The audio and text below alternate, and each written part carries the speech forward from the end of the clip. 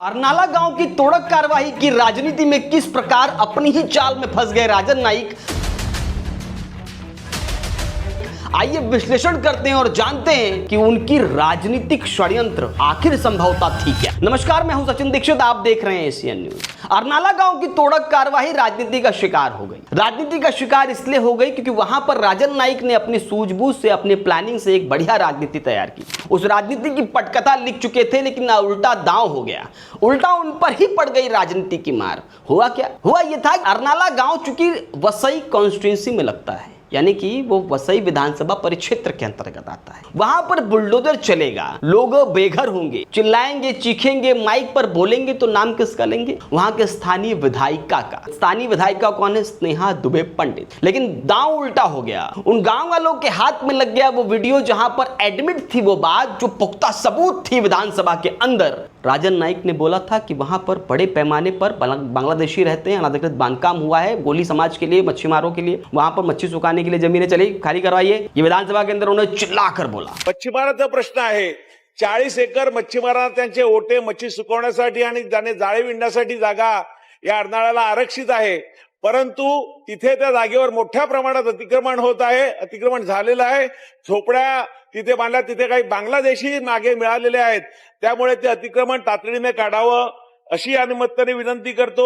इस बात को एडमिट कर लिया गया, इस बात पर कार्रवाई होना शुरू हो गई। फिर लगे हाथ अरनाला गांव के महेंद्र पाटिल भी पत्र व्यवहार कर ले गए। अब महेंद्र पाटिल और राजन नाईक की केमिस्ट्री किस तरह है किसी को बताने की जरूरत नहीं है, अच्छी खासी है। खैर, राजनीतिक दृष्टिकोण से भी और दांव पेच के आधार पर भी अरनाला गांव में महेंद्र पाटिल के पत्र, अरनाला गांव में राजन नाईक की सूझबूझ के आधार पर राजनीति बिल्कुल फिट हो चुकी थी, क्योंकि स्नेहा दुबे पंडित और राजन नाईक के बीच सब कुछ ठीक चल रहा है। ये बात तो आप अच्छी तरह जानते हैं कि महानगर पालिका के चुनाव से लेकर अब तक जिस प्रकार से फोटो, तस्वीर आदि को लेकर, जो निमंत्रण कार्ड में पत्रिका पे नाम ना होना, वसई विधानसभा में जाके कार्यालय का उद्घाटन करना, ये तब चलता ही रहा। संगठनात्मक दृष्टिकोण से भी आंतरिक सूत्र बहुत कुछ बताते हैं।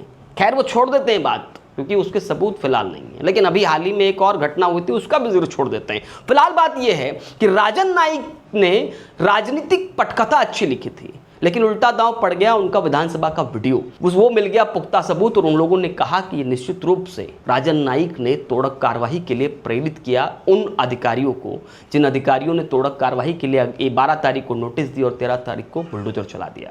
इस बात के बाद में वो स्थानीय लोग बेघर हो गए। लेकिन इस राजनीति में राजन नाईक ने यह नहीं सोचा कई लोग बेघर हो रहे हैं, घर से बेघर होने वाले लोगों की आह और बदुआ कहां जाएगी। ये बात ये इसीलिए नहीं सोचते क्योंकि इससे पहले भी इनकी ये सोच समझ वाली राजनीति का हिस्सा दिखाई दिया है। इससे पहले भी 41 इमारत में तोड़क कार्रवाई हुई। राजौली में जिस प्रकार से बीजेपी के नगर सेवक गए और तोड़क कार्रवाई हो गई, जिस तरह रहमत नगर में तोड़क कार्रवाई हुई, जिस तरह अलकापुरी में तोड़क कार्रवाई हुई, और आज भी वो लोग बेघर या किसी किराए के मकान पर रहने के लिए मजबूर हैं, उन्हें घर नहीं मिल पाया है। वो राजनीति, वो पूरा जो कॉन्स्टिट्यूंसी था, तोड़क कार्रवाई का सिलसिला था, वो सिर्फ नाला सुपारा विधानसभा था। ये लगातार सिलसिला 1 वर्ष के कार्यकाल, और अब ये धीरे धीरे और वर्ष जो बढ़ रहे हैं उसमें ये राजन नाईक का ही नाम सामने बार बार क्यों आता। खैर, राजनीति का वो अंश तो आप समझ गए कि वसई विधानसभा की विधायिका को किस प्रकार से टारगेट करने का इनडायरेक्टली जो कोशिश थी वो पूरी नहीं हो पाई। वो क्यों नहीं हो पाई? आखिर जो मैं कह रहा हूं उस बात का तथ्य क्या है? तो उस बात का तथ्य ये भी आप समझ लीजिए, जिस प्रकार से विरोधी पक्ष नेता मनोज पाटिल ने अपने बयान में साफ तौर पे कहा,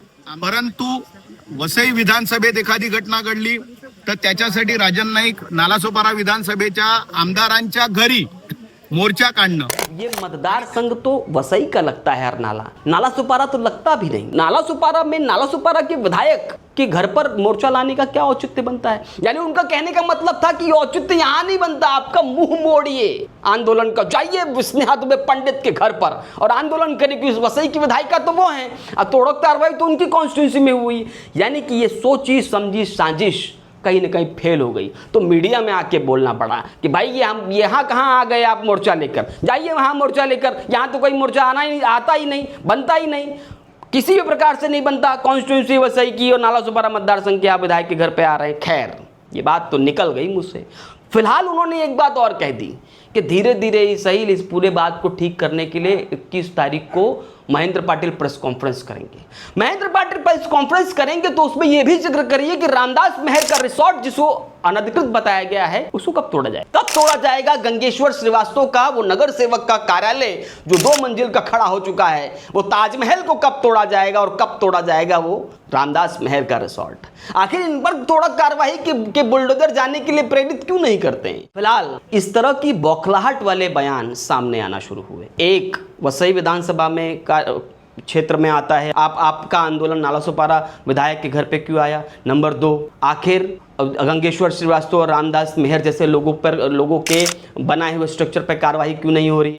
इन सभी पर कार्रवाई नहीं होगी। कार्रवाई होगी तो किस पर होगी? आम गरीब मजलूम पर, जो लगभग वर्षानुवर्ष रह रहे हैं, अपने आशियाना का ठिकाना मांग रहे हैं। खैर, इस संपूर्ण खबर के बाद, संपूर्ण विश्लेषण के बाद एक बात तो समझिए, राजनीति में राजन माहिर बहुत है। तीर चले थे कहीं और, लग गया कहीं और। आज के लिए इतना ही, धन्यवाद।